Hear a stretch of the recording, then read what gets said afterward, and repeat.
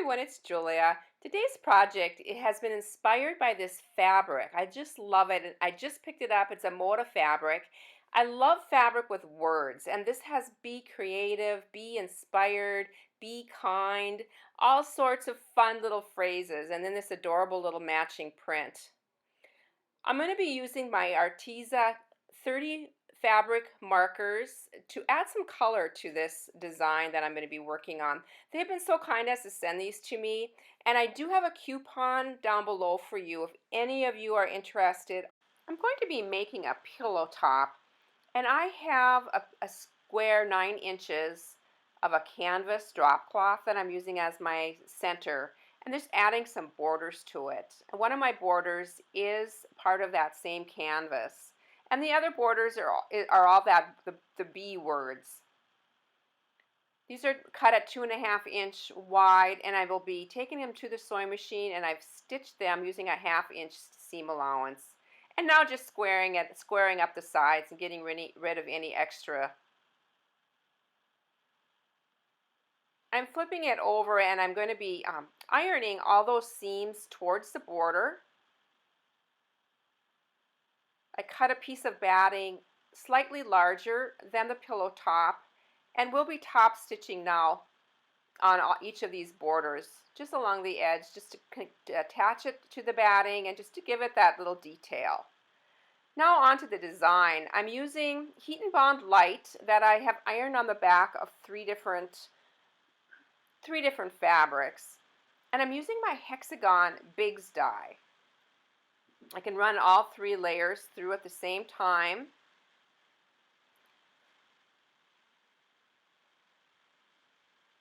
I'm working on several projects using this same bee design, and so I've cut out several of these hexagons. At the end of this video, I'll have some pictures so you can see some of the other designs that I made.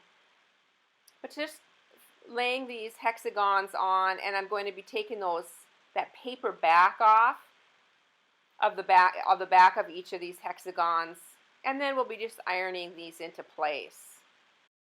I have them laid the way I like them, and we'll just be ironing these down.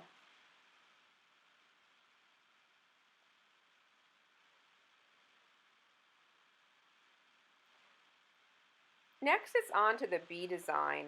This is a stencil that I've had for a while, but I will look one up on Amazon. If any of you are looking for a bee design, this is an easy way to add a design to a piece of fabric that you can take to the sewing machine and do free motion stitching on.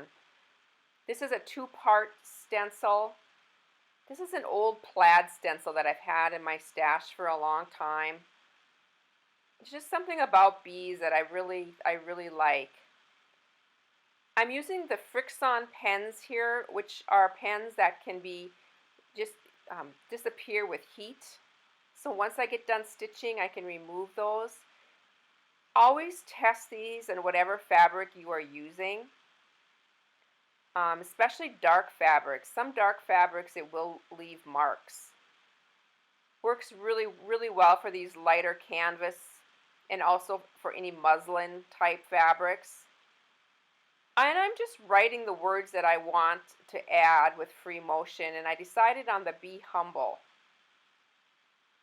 I'm at my sewing machine now, and I have my feed dogs dropped, and I have my free motion foot on.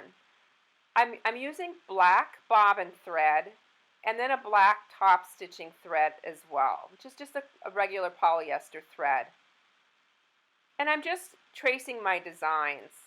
I'm not too worried if I get off a little bit, because all these blue marks, or this blue pen mark, will disappear when I iron the top of it when I'm done.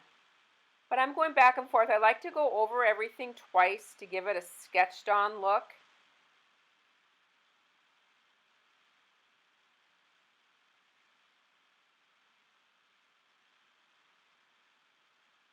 I know I'm going to be using these fabric markers a lot, and I'm so grateful for Arteza to send them to me. I love adding color to finished projects like this. I love free motion design and then adding a little bit of color with some kind of fabric marker. Now these markers are permanent, they're non-toxic, and they do have, this is a 30 marker set, so there's 30 different colors.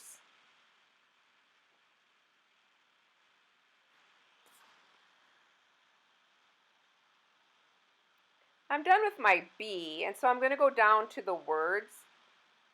Oh, no, I decided just to round this little body out a little bit. It had kind of a wonky look to it. Now I'm down to the words. And again, just tracing. This is easier than it looks, especially if it's your handwriting, because your mind really knows where it needs to go. And I'm just going backwards to go over my stitching, my lines twice. I did cut my thread to go to the next word.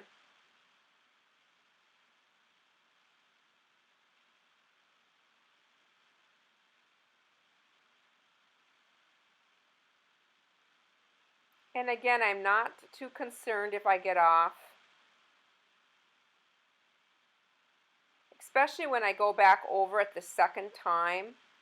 You'll see that I am getting off a little bit, but I fill that in with some of the fabric marker, and it just added a really neat look.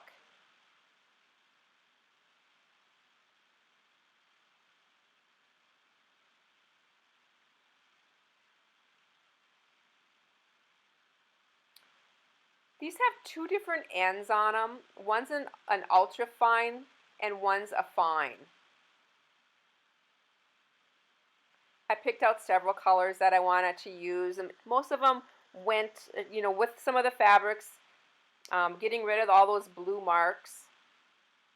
And now I'm ready to start. I decided I'm going to use just several different colors, but also I'm going to just do some doodling. Just add some dots and some stripes and just kind of make this a crazy bee.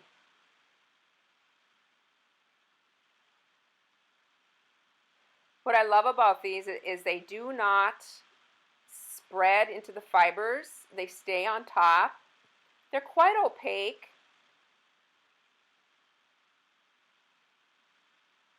And just a really easy way just to add a little bit of detail to your free motion projects.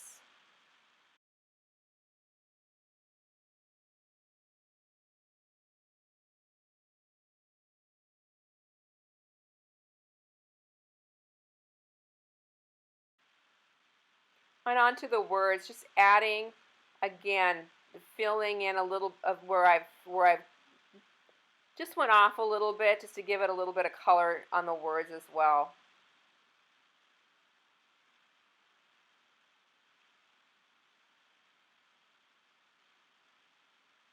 Just adding some texture, just going back and making some more dots.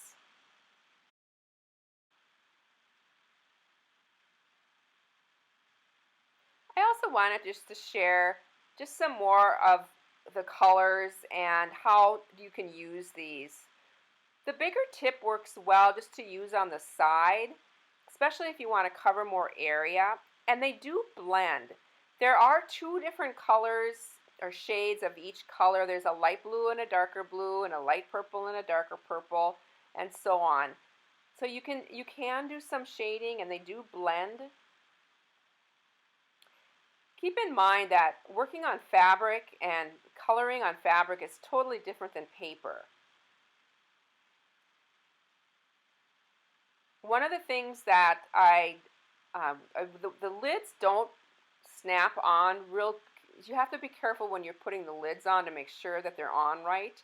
I noticed that this orange was a little bit dry, and so that would be one thing that I would, question on them.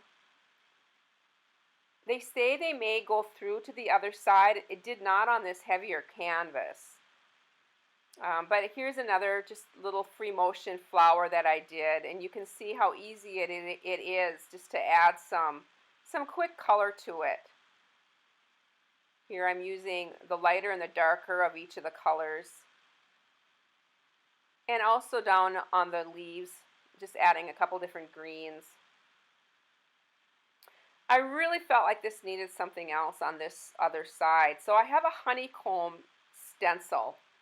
And I'm going to do the same thing. I'm just tracing it now with my Frixion pen, which will iron away. But I'm going to be quilting this using free motion stitching. And I'm going to just use a cream color to the same color as the canvas background, just to add a little bit of that shape on that left side.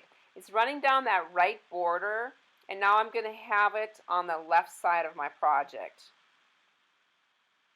Let me just taking this to the sewing machine and doing the same type of free motion with my feed dogs dropped.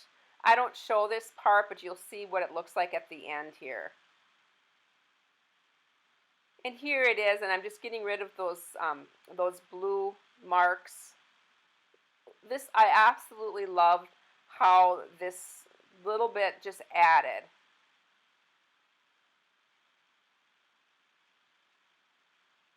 And it's on to trimming the batting away.